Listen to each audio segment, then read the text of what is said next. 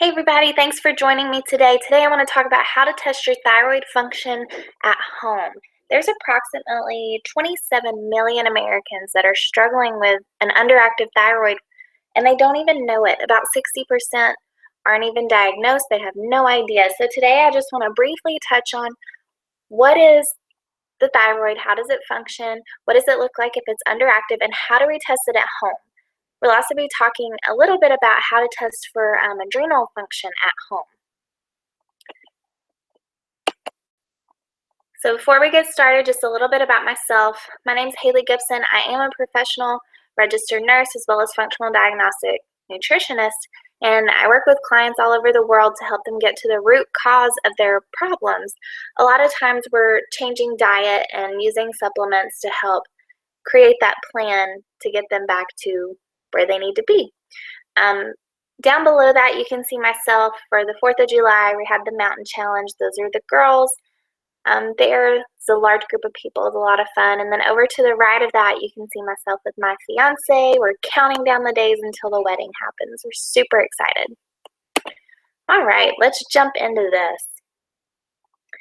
So there are two different kinds of hypothyroidism types. There's a functional and there's an autoimmune. So in the functional type, your thyroid's okay, but your thyroid's not making enough hormones or your body is not using thyroid hormones properly. You may not feel well, and a lot of times no treatment is done, or you can be put on Synthroid, and that doesn't really address why the thyroid's not functioning well. And then there's the autoimmune kind, where your body actually generates an immune response to begin attacking your thyroid gland, and then you may become symptomatic. And when this happens, typically the medical community jumps straight to destroying the thyroid gland, and then you're on permanent thyroid medication. So we're going to address the root cause. What's going on there to make the thyroid malfunction? So what exactly is the thyroid? It's a little gland that sits in your neck, and basically it controls your energy and your metabolism.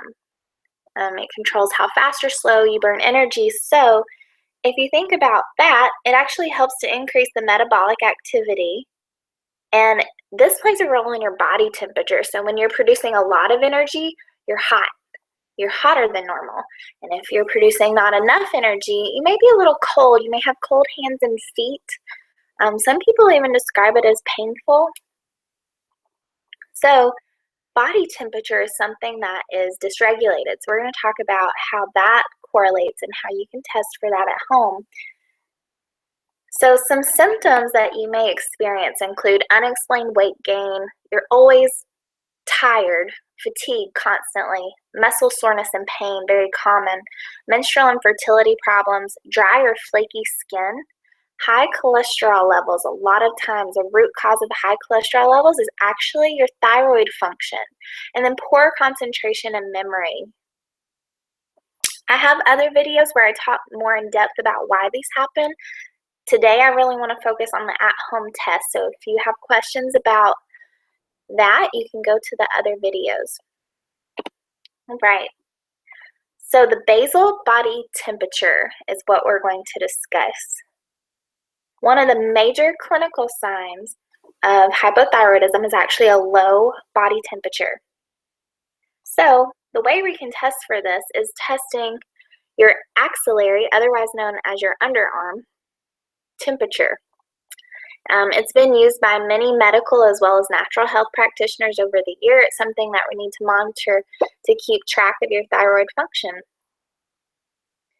So most people are aware that your normal body temperature should be around 98.6 degrees Fahrenheit, and the normal underarm temperature is actually a little bit lower. It's actually 97.8 to 98.2. Again, normal is 98.6, but normal for under your armpit, under your arm, normal for there is 97.8 to 98.2.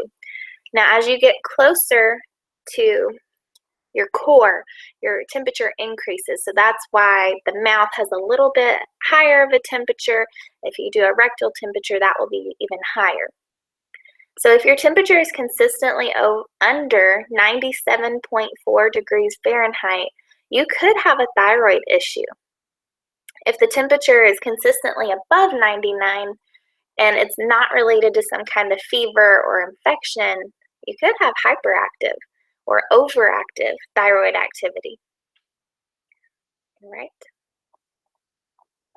So low body temperature is not just an indication of possible thyroid or adrenal dysfunction, but it can also create an environment for worsening problems. Our body temperature is critical for optimal immune function and circulation, enzyme activity, fighting off infection, things like that. So if we have that low body temperature, we're really at risk for other dysfunction to begin to happen.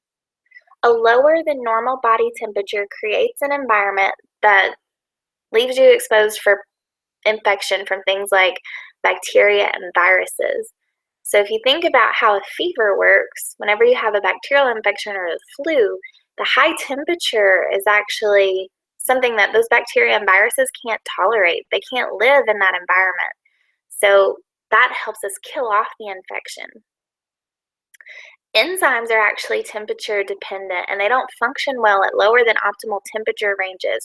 So a low body temperature will actually reduce enzyme activity. So this slows down intracellular metabolism and it causes inability to buffer oxidative stress.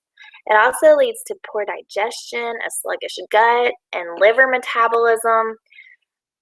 It creates the inability to deactivate and excrete toxins from the body. So it's really a vicious cycle. If one thing goes wrong, for instance, if your adrenal glands start to wear out, or say that they're overactive, both of these can begin to affect the thyroid. And then if our thyroid function slows down, this actually slows down the liver. It slows down the metabolism, right? So it speeds up or it slows down our metabolism. So if we're speeding up our liver function, this can be dangerous too.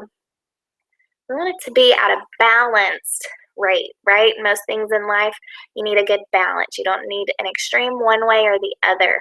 So the liver, if it slows down and gets congested, this can actually cause gut function to decline.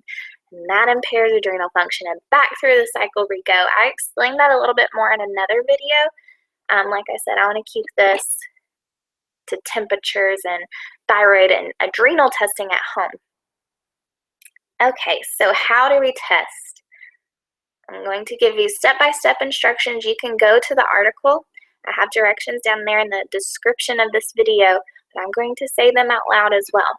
So 1, you get an old-fashioned mercury thermometer, or you can get a gallon stand and put it by your bedside. So you shake it down to 95 degrees Celsius, Fahrenheit. That would be 35 degrees Celsius. And whenever you get up in the morning, before you get out of bed, before you eat or drink anything, put the thermometer deep into your armpit for 10 minutes and record your temperature. Be sure to place it against your skin with the tip facing up into the armpit region. This process allows you to measure your lowest temperature of the day. When you're rising in the morning, that is your lowest temperature of the day. Now, I don't want you to base this off of one reading. You need to take this 4 days in a row. You need to look at a pattern, a trend. So if you're using an oral thermometer in your mouth for this, you also need to realize that the oral temperature is half a degree higher. So be sure to subtract half a degree from your result to make it closer to your underarm temperature. So if you're using a Gallistan or mercury thermometer in your mouth, leave it in for 5 minutes. And this just kind of shows you what a pattern may look like. You can see the hypothyroidism down below 97.4. This one's at 97.2, and it's just down there the whole time they're testing, several days in a row. Unstable, if you're just up and down and all around, this could be an indicator that you're having poor communication between your brain and your adrenal gland and your thyroid gland. Something's going wrong there. Now, if you're up more elevated, you may be having a fever. You should rule out infection. Oftentimes, that's the most likely cause of a fever, so just be aware of that. So women are actually 75% more likely to have a thyroid problem. So because of that, we actually need to address the role of menstruation. So if you're menstruating, the temperature will naturally be higher during ovulation, because whenever you're at that time where you're ovulating, that higher temperature makes the egg more fertile. So it's your body's way of preparing itself to have a baby. This increase in temperature skews the results. So menstruating women do not take the test during ovulation, but instead test on the second day of menstruation and never get closer to 4 days before ovulation so that you have accurate readings. So try to get in tune with your body. If you need more information about that, feel free to email me at nutrition@drjockers.com. Be happy to answer your questions. So if you have an infection or a fever, you don't need to do the test either. We kind of talked about how that would skew it. Another thing is, as you age, your temperature actually lowers, which could have to do with the thyroid, definitely part of it. But there's other factors that lower your body temperature as well as you get older. So I never use this as a definitive diagnostic test. Of course not. That's not realistic at all. But if you are struggling with unexplained weight gain and you're getting maybe headaches, or you have cold feet and hands, or the dryness of the scalp, the just fatigue, malaise kind of feeling, muscle pain, those kinds of things that we talked about in the second or third slide, you may be experiencing hypothyroidism. So this is a good way just to test at home and get an idea if you're struggling with it, and then you can go and get further tested for diagnostic testing.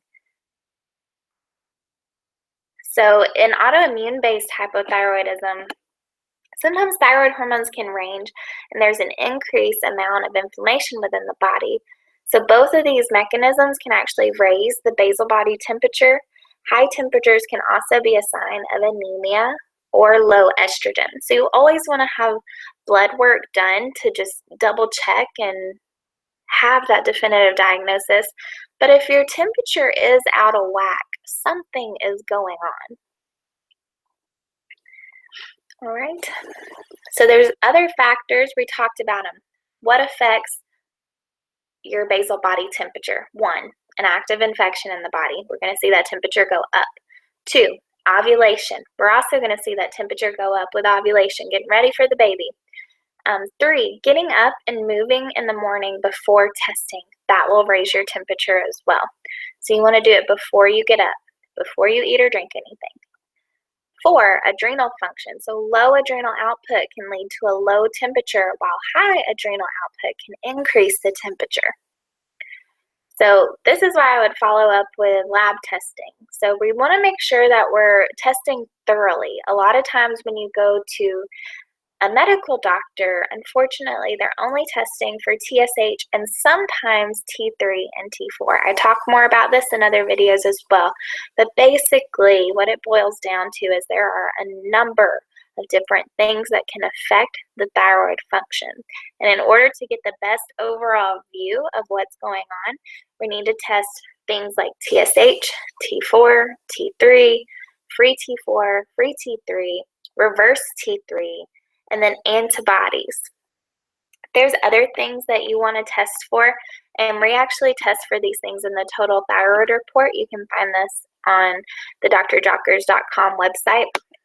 A lot of it's included in your annual blood work, but we go a little bit more in depth to fully assess for thyroid function.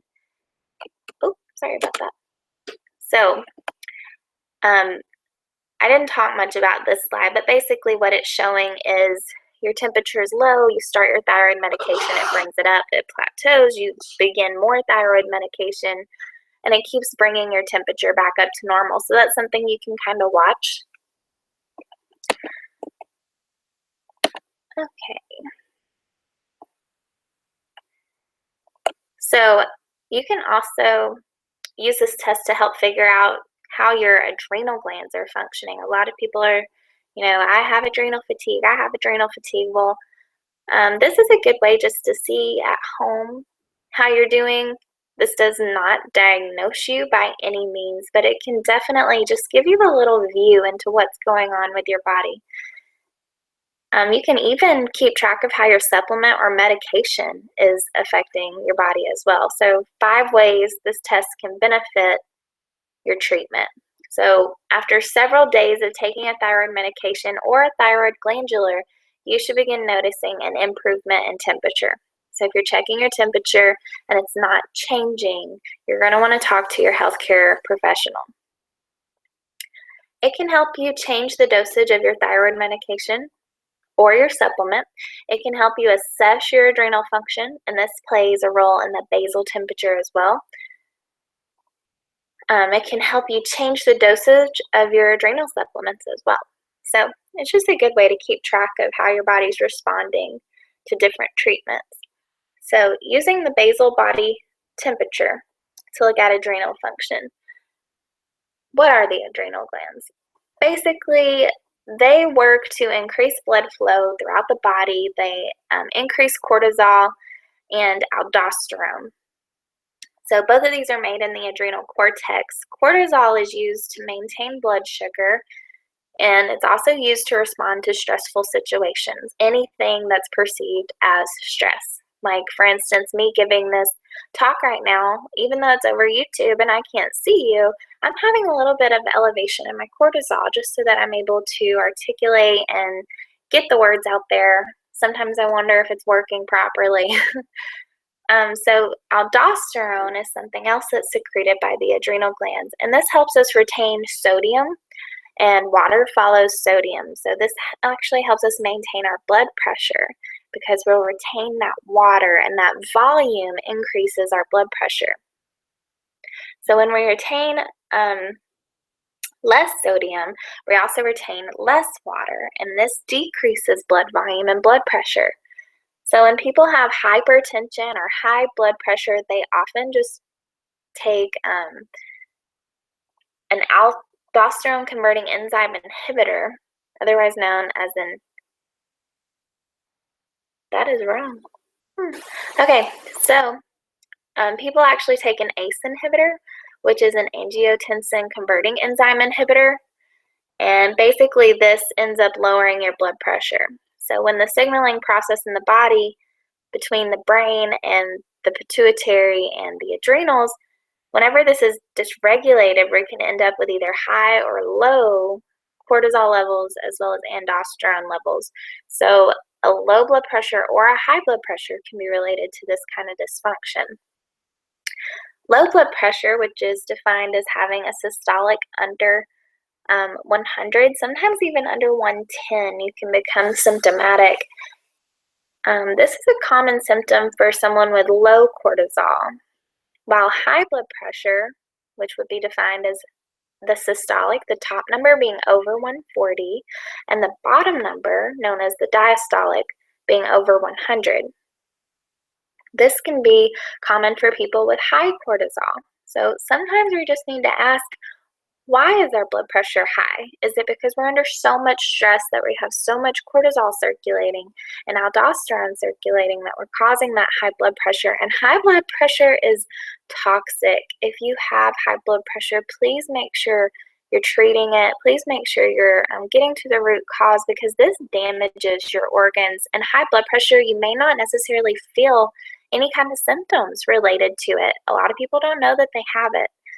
But this can damage your organs and lead to a lot of dysfunction. So make sure it's under control.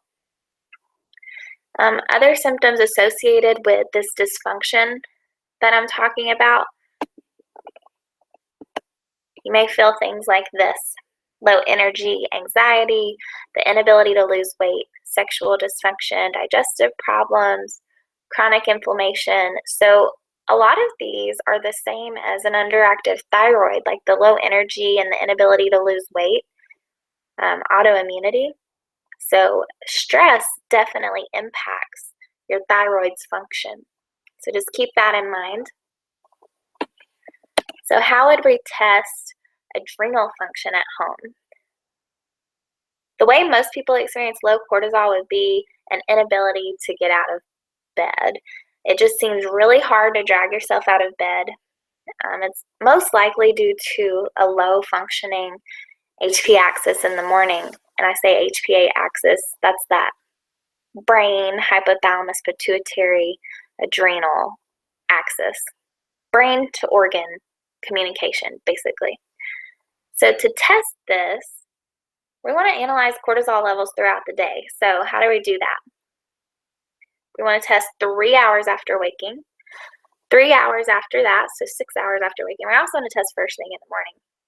And then we want to test 3 hours after that, so 9 hours after waking. Sorry, for adrenal gland function, we don't test first thing in the morning. Sorry about that. So 3 hours after waking, 6 hours after waking, and 9 hours after waking. Every 3 hours, 3 times. So we want to take those 3 temperatures, add them up, divide them by 3 to get your daily average temperature. You want to do this for 5 days and analyze the result of each day. If any of the temperatures are more than 0.2 degree Fahrenheit off from another day, it may be a sign of adrenal dysfunction. You don't want to test in the evening or at night because cortisol should be low at that stage. And it should be its highest in the morning. So you actually want to get in between. So if you're using a new adrenal supplement, give it about 5 days before you start testing. Give it time to work, and then you can see that 5-day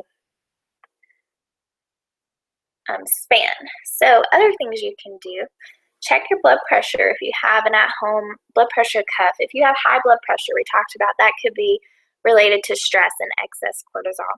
But say you've hit that point where you're past the point of high cortisol and your cortisol levels are lowering, you may experience low blood pressure.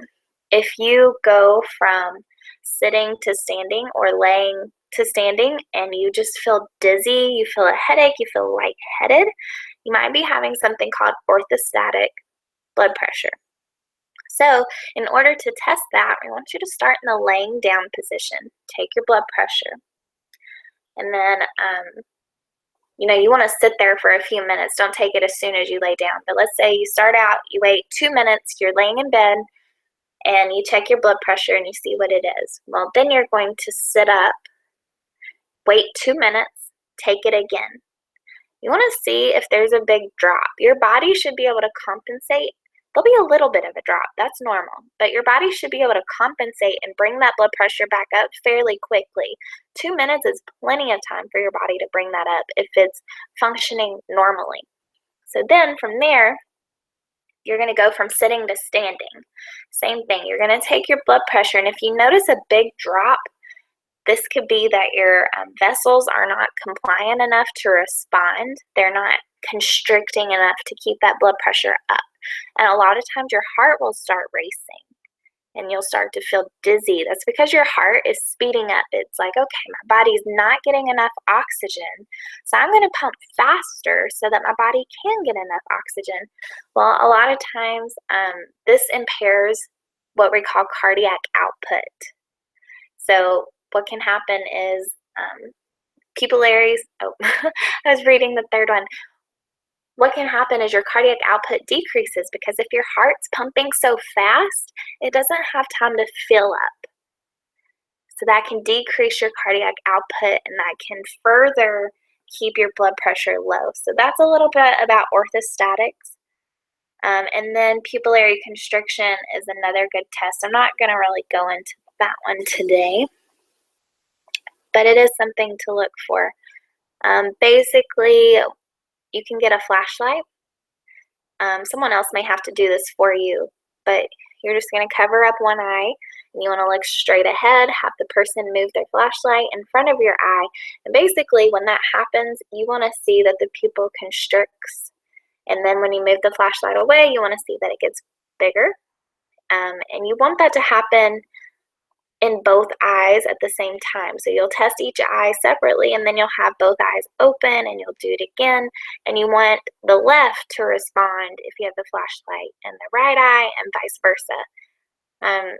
If it does not respond that way, if your pupils don't constrict when you put light in front of it, or sorry about that, or they don't dilate when you remove the light, then you may want to speak with someone about that. That's not normal. So a little bit about the nutrition plan for hypothyroidism. It coincides with how we tell all of our other clients to eat. And you've probably heard us talk about it a little bit, but we're going to talk on the big players here. So we want good, healthy fats. First and foremost, every meal, try to have good, healthy fats. This can come from eggs, avocado, olives, olive oil, grass-fed butter. It's so key. Don't eat butter if you don't want to get it grass-fed. It's so key. It makes a huge difference in the nutrition content. Coconut oil is a great healthy fat, things like that. You want to eat lots of vegetables, lots of cruciferous vegetables. Sea vegetables have a good source of iodine in them, so kelp, great source. Bone broth is super healing for the gut, and that can help heal the thyroid gland ultimately. Fermented foods, we want to have the good bacteria in our gut that help extract nutrients from our food. Lemons and limes, this is really great for just stabilizing blood pressure, helping us digest food better. Apple cider vinegar, fantastic for alkalizing the body and helping you digest food. You can take 1 tablespoon and about 4 to 6 ounces of water daily before every meal. It's a perfect way to start getting your apple cider vinegar in, and it really does help with your body's function. Wild-caught fish is another one that's really great, and drinking plenty of clean filtered water. So just keep in mind that tap water is full of heavy metals, chlorine, fluoride, and other things that can actually impair your thyroid's function. It can just cut into the process, and if you already have hypothyroidism, it's just making it worse. So clean, filtered water, reverse osmosis is going to be the best kind to get. All right, so that's all for today. And just so you know, my name is Haley. I'm a professional nurse. I work alongside Dr. David Jockers, and basically we want to help educate as many people as we possibly can in order to help you get to the root cause of your problems and take care of yourself. We're so thankful that you listen to these because a lot of people don't even try to take care of themselves, and we know if you're listening to this that you're most likely trying or at least thinking about trying. So we encourage you, take that step, make that change. If you need help, we're here for you. Feel free to email me at nutrition@drjockers.com. I'd be happy to help you in any way that I possibly can. All right, thanks for listening.